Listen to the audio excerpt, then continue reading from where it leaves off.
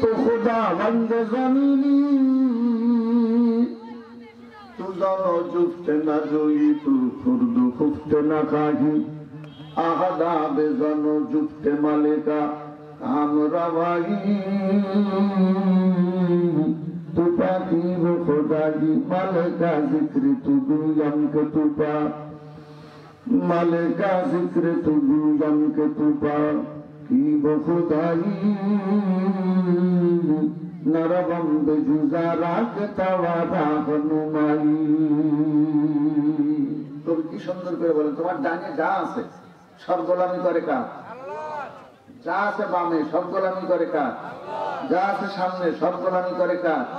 যা আছে পিছনে সব গোলামি করে কার? যা আছে উপরে সব গোলামি করে কার? যা আছে নিচে সব গোলামি করে কার? কেবলমাত্র শুধুমাত্র একমাত্র আমরাই নেমো খারাপ ঈশান নামাজ করিনি।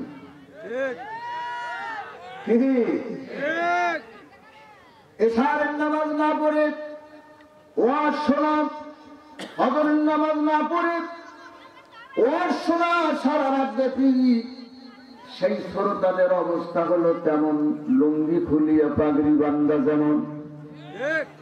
হুজুরে ওয়াজ করছে, বাবারে পাগড়ি মাথায় দেও, নামাজ 2 রাকাত করলে 70 রাকাতের সওয়াব পাবে। বেচারা নতুন শ্রোতা ওয়াজ শুনে এসে নদীর ঘাটলার মধ্যে লুঙ্গি খোলা আরম্ভ করছে, বল বিয়ারিং রিং পিস্টন সব বার করছে। পাশে যে লোকটা দাঁড়ানো, আরে আরে তুমি এসব কি করতেছো, তুমি যে উলঙ্গ ল্যাংটা হতেছো তার মানে কি? বলে ভাইজান ওয়াজ শোনেন, আমল তো করেন না। হুজুর কালকে কি ওয়াজ করলো? বলে কি ওয়াজ করছে? বলে পাগড়ি পিঙ্গা নাম পাগড়ি বান্ধা নামাজ করলে 70 রাকাতের সওয়াব পাওয়া যায়। তুমি কি এটা ওয়াজ শোনো নাই? বলে শুনছি তো। বলে আমলটা করো নাই? আমি আমল করতেছি। পাশের লোক বলে ভাইজান তাই বলে কি ল্যাংটা হয়া কি তুমি ওই ওয়াজটা পালন করবা? বলে কাপড় নাই তো করবো কি? ভাইজান আমার, ভাইরা আমার, ভালো করে মনোযোগ দিয়ে অল্প সময় কথা শুনবেন। এখনো আমি শুরু করি নাই, আপনাদের একটু ফ্রেশ করে নিতেছি। ফ্রেশ ফ্রেশ বলবেন তো? একটু গলা হাসা দেন তো, আর একটু জোরে, আর একটু জোরে দেন। সুবহানাল্লাহ আলহামদুলিল্লাহ বলতে যেন গলাটা ক্লিয়ার থাকে, আল্লাহু আকবার বলতে যেন গলা ক্লিয়ার থাকে। এজন্য আমিও ক্লিয়ার হচ্ছি, আপনাদেরকেও ক্লিয়ার করতেছি। কারণ বেশি রাতের ওয়াজে রাত যখন ভারী হয় তখন কিন্তু ভাইজান মানুষের মন মানসিকতা কিন্তু তখন ঠিক থাকে না। কি বলেন, ঠিক না ঠিক? তখন কথা লোড নেয় না। পিসাব আসছে মুরিদের বাড়ি, কয় তুই নামাজ পরিষ্কার তোর বাড়ির ভাত খাবো না। মুরিদের কাছে বুঝলেন আমি নামাজ পড়ি না, আপনি বুঝলেন কি করে? বলে সকালবেলা তোর জগৎ পেছুল কে ফজর নামাজ করলে তোর মুখ চোখ থাকবে ঝকঝকা ফকফকা, তোর মুখ চোখের যে হাত ভাত দেখতেছি তার তুই ফজরের নামাজ পড়িস না। আপনিও সব কথা বলবেন না, আমাকে লজ্জা দিবেন না। আমি নামাজি মানুষ, তুমি নামাজি মানুষ, ফজর নামাজ পড়ছো তাই পড়ি না মানে?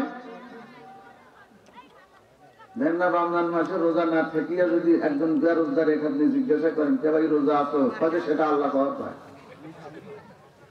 যাই তবে আল্লাহ কর পায়, বুঝলেন ওই রোজা নেই। ঠিক কথা, ঠিক নেবে? এই বেচারাও উত্তর দিল যে হুজুর আল্লাহ জানে আমি নামাজ পড়ি কিনা। বলে আচ্ছা ঠিক আছে, আল্লাহ জানে, তুমি বলো দেখি ফজরের নামাজ কয় রাকাত? অর্থ পায়জামা গরম হয়ে গেছে, আসলে নামাজ পড়ে না। ওই মনে মনে ভাবছে যে আমি হুজুর খাবার দিয়ে বাড়ির মধ্যে ডাল আনবে যা, তরকারি আনবে যা, বইয়ের কাছে শুনে আসবো, অসুবিধে মনে মনে। তা হুজুর আপনি বসাই, আমি যতখানা দিচ্ছি, জগ আনতেছি, গ্লাস আনতেছি, খাবার দাবার আনতেছি, আপনি কোনটা ধরবেন সবটাই বলবো আমি। আপনি কি মনে করছেন? আপনি বসেন।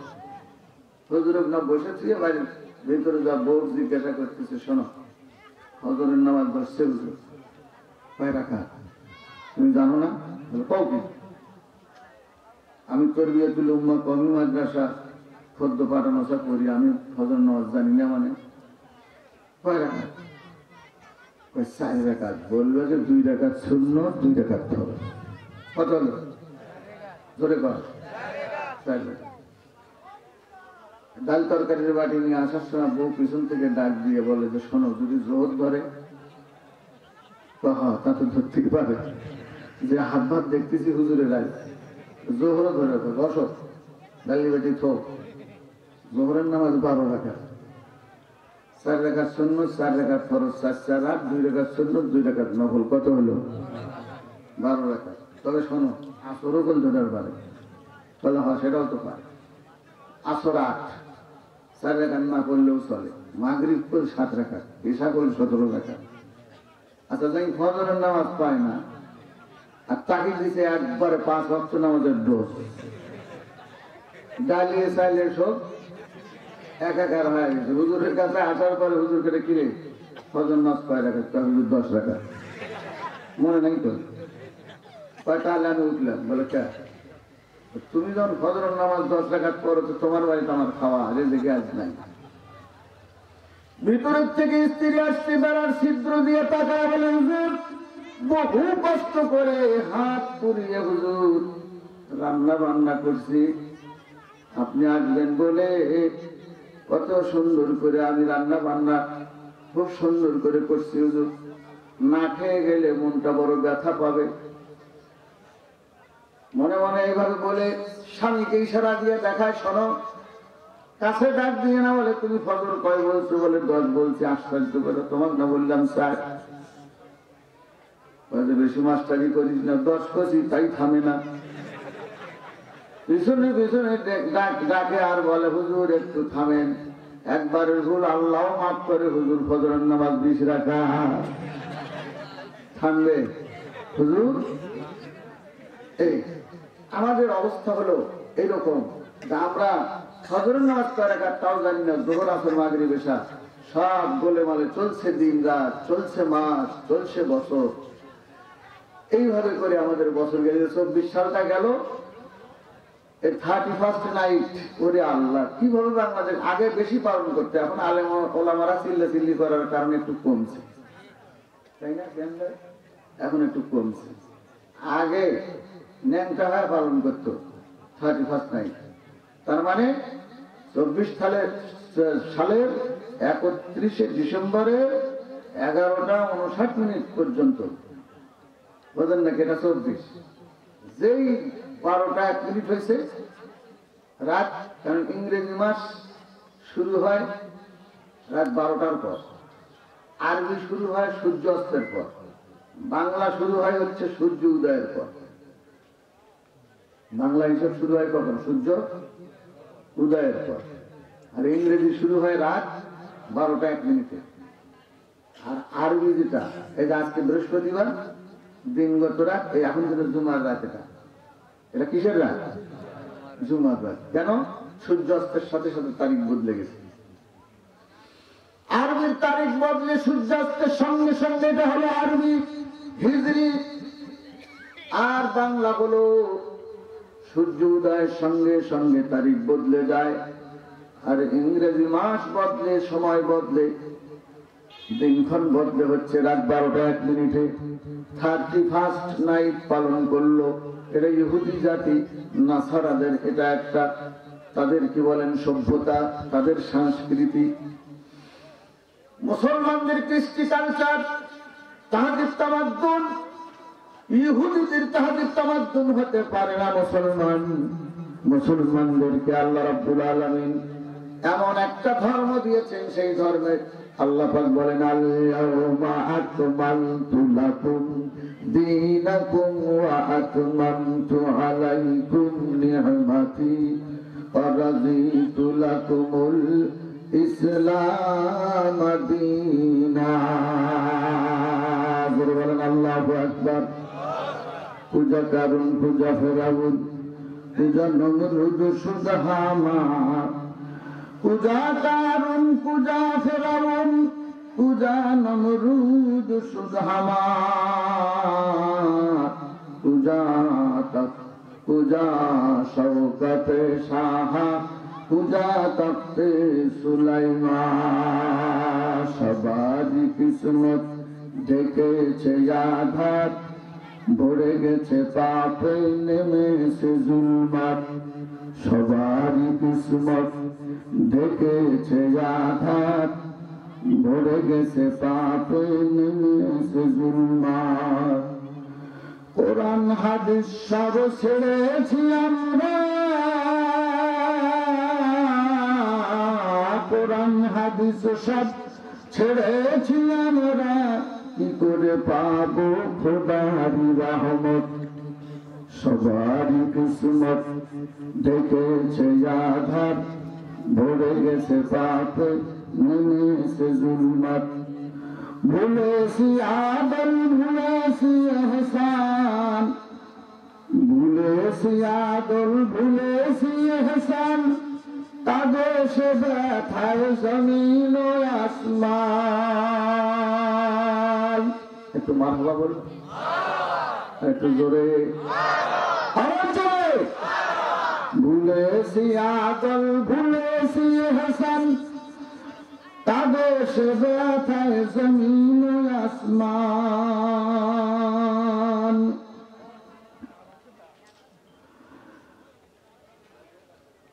পথ হারিয়ে করি গো হযরত, পথ হারিয়ে কাঁদি গো হযরত, কি করে পাবো খোদারি রহমত।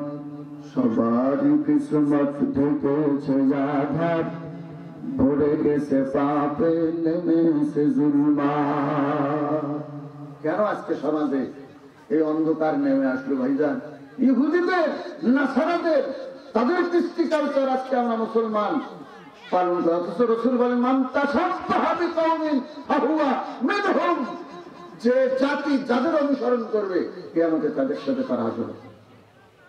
কি আল মারউ মা'a মান আহাব্বা, যার সাথে যার মহব্বত তার সাথে তার কিয়ামত।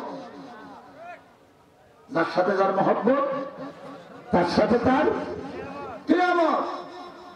এটা কত মারাত্মক কথা। আজকে আমি কার ঢঙ্গে আমার জীবন পরিচালনা করতেছি? এ ঢং কার? এ সিস্টেম কার? এ নিয়ম কার? এ কৃষ্টি কালচার কার? এই জন্যই মাহফিলের প্রয়োজন। মহিলা মাদ্রাসা থেকে যখন একটা মেয়ে কোরআন হাদিস পড়ে বের হয়ে আসবে, ইসলামী কালচার নিয়ে আসবে, সে হবে একজন ফাতেমার মতো মা, আয়েশার মতো মা, মরিয়মের মতো মা, সে হবে একজন খাদিজার মতো মা। আর ওই সাদুল্লাহপুর কওমি মাদ্রাসা থেকে একটা ছেলে যখন কোরআন হাদিস পড়ে যখন আমার ভাইরা ধর্ম কর্ম শিখে আসবে, তখন সে শাহজালালের মতো পিতা, শাহপরানের মতো পিতা, তখন হবে সে বাইজিদ বোস্তামির মতো পিতা। তখন এই পিতা মাতার মাধ্যমে এমন সন্তান দুনিয়ায় আসবে, যেই সন্তান দুনিয়ায় থাকতে আল্লাহ আসমান জমিন নষ্ট করবে না। আল্লাহু আকবার। জি, অল্প সময় কথা হবে। আমি তো আপনাদের খুব পরিচিত এবং আমি আমার জানি আমার জনপ্রিয়তা আছে এলাকায়, ভালোবাসে সবাই। যদিও আমার ভিতরে কিচ্ছু নাই, কিন্তু মানুষ ভালোবাসে, আলহামদুলিল্লাহ বলে। আমার পূর্বে যে ওয়াজ করলো এটা আমার ছেলে হাফেজ মাওলানা মুফতি, আলহামদুলিল্লাহ বলে। তার আগে যে ওয়াজ করছে সেটা আমার জামতা জামাই হাফেজ মাওলানা মুফতি, আলহামদুলিল্লাহ বলে। চিন্তা করছেন, আমার আব্বা একটা কোরআনের বাগান সাজায়া রেখে কবরে চলে গেছে। আমার 4 ভাই 3 বোন, 4 ভাই 3 বোনের মধ্যে 7 জন কোরআনের হাফেজ এবং দাওরা পাশ আলেম, সুবহানাল্লাহ বলে। তাও কি এই 3 কানি 4 কানি 4 কানি থেকে নয়, এগুলি সব করছে হাটাজারি, পটিয়া, জামি মাদ্রাসা এবং যাত্রাবাড়ি মাদ্রাসা। ওই যে হুজুর জানে কত বড় বড় প্রতিষ্ঠান, বাংলাদেশের সেরা সেরা বাঘা বাঘা প্রতিষ্ঠান। এই প্রতিষ্ঠানগুলো থেকে আমরা 4 ভাই, আমাদের সবগুলোকে আব্বা জামিলে পড়াইছে। আজ কবরে গেছে। মহিলা মাদ্রাসা, এই জন্য আমি আজকে নিয়ত করছি মা বোনদের উপরে বেশি কথা বলবো ইনশাআল্লাহ, যে কয়টাই বলি। ভাইয়ের আমার, তারবিয়াতুল উম্মাহ কওমি মহিলা মাদ্রাসার উদ্যোগে আয়োজিত আজকের এই পবিত্র ওয়াজ ও দোয়ার মাহফিল, ইরফানি জিসমানি রুহানি হিদায়াতি মাহফিল, এই মাহফিলে আজকে আপনারা আমরা শ্রোতা হয়ে যে কোরআন হাদিসের আলোচনাগুলি এ পর্যন্ত শুনলাম, ধন্য হলাম। আল্লাহ রাব্বুল আলামিন আমাদেরকে আমল করার জন্য যেন তৌফিক দান করেন, আমিন বলেন। লম্বা করে নয়, আমি আপনাদের সামনে কোরআন কারীম থেকে পর দুইখানা আয়াতের টুকরা তেলাওয়াত করেছি ভাইজান। এক আয়াতের টুকরা তেলাওয়াত করেছি কোরআনুল কারীমের ৪র্থ নম্বর সূরা। ১ নম্বর সূরার নাম ফাতিহা, ২ নম্বর সূরার নাম বাকারা, ৩ নম্বর সূরার নাম আলে ইমরান, ৪ নম্বর সূরার নাম হলো সূরা নিসা। নিসা মানে মাতৃজাতি, যেরকম সুবহানাল্লাহ। যে আয়াত পড়ছি ওটা মহিলা, সূরাটাই মহিলা সূরা। সূরাটা কিসের সূরা? মহিলা সূরা, সূরাতুন নিসা, মা বোনদের সূরা। সূরাতুর রিজাল নাই কোরআন শরীফে, পুরুষদের সূরা নামে নামে আছে। সূরা ইউনূস আছে, সূরা লোকমান আছে, সূরা হুদ আছে, এরকম নামে নাম। কিন্তু সামগ্রিক ভাবে, কথা বোঝেন আমার কথা কন, সমষ্টিগত ভাবে যেমন সূরা নিসা, তাম পৃথিবীর সমস্ত মহিলাদেরকে এক নামে নিসা বলা হয়। কিন্তু সূরাতুর রিজাল নাই, সমস্ত পুরুষদের নামে একটা সূরা এরকম নাই, কিন্তু সমস্ত মহিলাদের নামে একটা সূরা। সূরা মরিয়ম আলাদা আলাদা আছে, সূরা মরিয়মও আছে, আছে না নাই? ও গো আমার মায়েরা বোনেরা, ভালো করে শুনুন। কারণ মা যদি দিনদার হয়, পরেশগার হয়, আল্লাহওয়ালা হয়, জিকিরওয়ালা হয়, কোরআনওয়ালা হয়, পর্দাওয়ালা হয়, তাহলে ওই মায়ের গর্ভ থেকে, ওই মায়ের পেট থেকে এমন সন্তান যদি আসবে, ওই সন্তান সমাজকে আলোকিত করবে, দেশকে জাতিকে আলোকিত করবে। ওই সন্তান হবে এমন সন্তান, ওই যে তাকায় দেখেন বাইজিদ বুস্তামি, মাটা কেমন ছিল গো। বাইজিদ বুস্তামিকে গভীর রাতে মায়ে বলছে, বাবা বাইজিদ, আমি অসুস্থ সোনার চাঁদ, জ্বরে আমার গা ফেটে যাচ্ছে রে বাবা। এ সোনার চাঁদ, ঠোঁট মুখ আমার শুকিয়ে উঠছে, পানি পানি পানি পানি বলে মা চিৎকার দিয়ে উঠলেন। কিতাবে আছে বাইজিদ বুস্তামি রহমাতুল্লাহ আলাইহি পানির জন্য তিনি এদিকে সেদিকে ছুটাছুটি করলেন, ঘরে পানি নাই। কারণ আরব ভূখণ্ডে পানির বড় অভাব, তেলের অভাব নাই গো ভাই, কিন্তু পানির বড় অভাব। আল্লাহ আমাকে কয়েকবার হজ করাইছেন, বড় হজ, সুবহানাল্লাহ বলেন, স্ত্রী সহ। সুবহান, আমার মাও কিনে আমি হজ করছি, এদের হজ করলো যে আমার মা অসুস্থ। আমার গতকালকের মাহফিলে আসছিল, সে আমার নানার বাড়ি ছিল মাহফিল, ওই সরহাট কমলাপুর, ওইখানে আমার নানার বাড়ি, ওখানে মা গেছে, আমার স্ত্রীও আসছিলেন, আমার শাশুড়িও আসছিলেন। তাদের বাবার বাড়ি, পুরানা স্মৃতি, বাপ মায়ের কবর জিয়ারত করবে, আমি নানা নানির কবর জিয়ারত করবো, সব গেছে। আমাকে দুঃখ করে বলল, তুমি আজকে যে ওয়াজটা করলা, একবারও কি আমার নাম নিয়েছিলে? হ্যাঁ, কথা তো ঠিক। এমনি নাই নিলাম, দোয়ার সময়ও কি নিলেন? আমি বললাম, আজকে তুমি আসো দেখে নেইনি, তবে সমষ্টিগত ভাবে নিছি। সব মহিলাদের মধ্যে তোমার জন্য দোয়া করছি, কিন্তু পৃথক করে, এক্সেপশনাল, ব্যতিক্রম, তোমার জন্য আলাদা করে দোয়া করি নেই। ওই কথাটা আজকে স্মরণ হলো। আর আসার সময় বেড়াও করতেছে, মার অসুস্থতা, আমরা দোয়া করবো। আমি আপনাদের কাছে দোয়া চাই, আল্লাহ শেফায়ে কামেলা আজেলা দান করুন, সকলে বলুন আমিন। অসুস্থ মা বাইজিদ পানি আনার জন্য দূরে চলে গেলেন। পানি যখন নিয়ে আসছেন, বাইজিদের মা ঘুমায় গেছে। ইতিহাস আপনারা জানেন, খালি স্মরণ করায় দিতেছে, ও যুবক, আর কতদিন মাকে কষ্ট দিবা, আব্বাকে কষ্ট দিবা? কারণ আল্লাহ পাক এই কোরআনে হাকিমে নিজের শুকরিয়ার সাথে মা বাবার শুকরিয়ার কথা আল্লাহ তুলে ধরেছেন। বলছে, আমার শুকরিয়া আদায় করলে শুধু মানবো না, আমার কৃতজ্ঞতা আদায় করলে শুধু আমি মানবো না, তার সাথে সাথে তোমার মা বাবারও শুকরিয়া আদায় করিও। আমি আল্লাহর হকের সাথে সাথে তোমার মা বাবার হককেও তুমি আদায় করিও। যদি তুমি মানুষের মতো মানুষের দুনিয়ায় বাঁচতে চাও, জান্নাতি মানুষ হয়ে যদি মরতে চাও, সুবহানাল্লাহ বলবেন না? মাথাই নষ্ট। মৌলানা আপনি জিজ্ঞাসা করে দেখেন, কোরআন শরীফে যেখানে আল্লাহ তাআলার হক, ওখানে মা বাবার হক টানিয়ে আনছে। আমি এখন তাফসীরের মধ্যে দেখলাম, আচ্ছা এটা কারণ কি? কারণ খুঁজে পেলাম, কারণ সন্তান সন্ততি সৃষ্টি করেন জোরকে। সন্তান সন্ততির অস্তিত্ব সৃষ্টি, এটা আল্লাহ তাআলা করেন, অস্তিত্ব দান করেন আল্লাহ তাআলা। আর সন্তান সন্ততিকে ধারণ করার মাধ্যম হলো মা বাবা। উনি সৃষ্টি করেন, আর সৃষ্টি করে যে ছেলেটাকে দেন, সেই ছেলেটা হলো ধারণ করে, সেটা হচ্ছে মায়ের গর্ভ, মায়ের পেট, ওইখান থেকে ওখানে পাঠায়। وَلَقَدْ خَلَقْنَا الْإِنسَانَ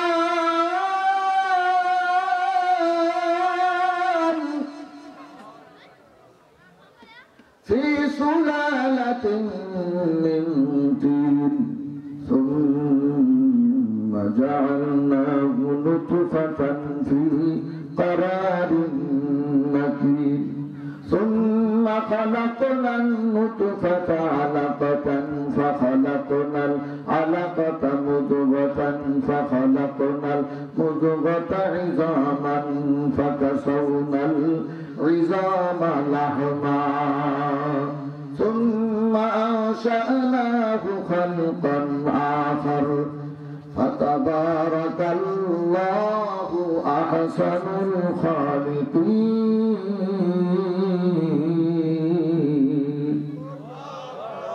আল্লাহ পাক বলেন, নিশ্চয়ই অবশ্যই আমি মানুষ সৃষ্টি করেছি মাটির নির্যাস থেকে। কিসের নির্যাস? মাটির থেকে ফল পুরুষ হয়, লাউ কুমড়া কদু হয়, মাটির থেকে ফসল হয়, সেগুলি মানুষ খায়।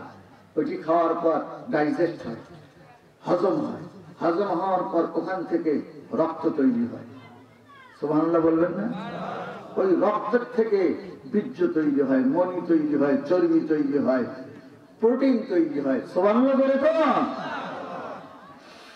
ওই বীর্যকে আল্লাহ রাব্বুল আলামিন মায়ের গর্ভে পিতার মাতা দুইজনের সহবাসের কারণে মায়ের সুরক্ষিত স্থানে আল্লাহ রাব্বুল আলামিন বলেন, ওই নুতফাকে আমি নিয়ে যাই এবং সেই নুতফাকে আমি আল্লাহ তাআলা আমার কুদরত দিয়া 40 দিন পরে সেটাকে আমি রক্তের দলা বানাই।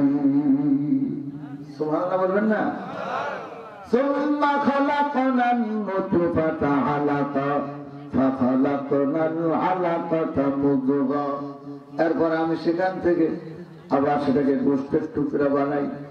ফাখালাকনাল মুদগাতা ইজামান ফাকাসাউনাল ইজামা লাহমা। আল্লাহ রাব্বুল আলামিন বলেন, এরপরে আমি গোশতের টুকরার ভিতরে কচি কচি কচি কচি সূক্ষ্ম সূক্ষ্ম নরম নরম হাড় বানাই। আল্লাহু আকবার। আবার ওই হাড়ের উপরে দিয়া 40 দিন পর পর পর পর আমি আল্লাহ রাব্বুল আলামিন তার উপর দিয়ে আবার গোশত দিয়ে চামড়া দিয়ে ছাউনি বানাই। এরপর ফাকাসাউনাল ইজামা লাহমা।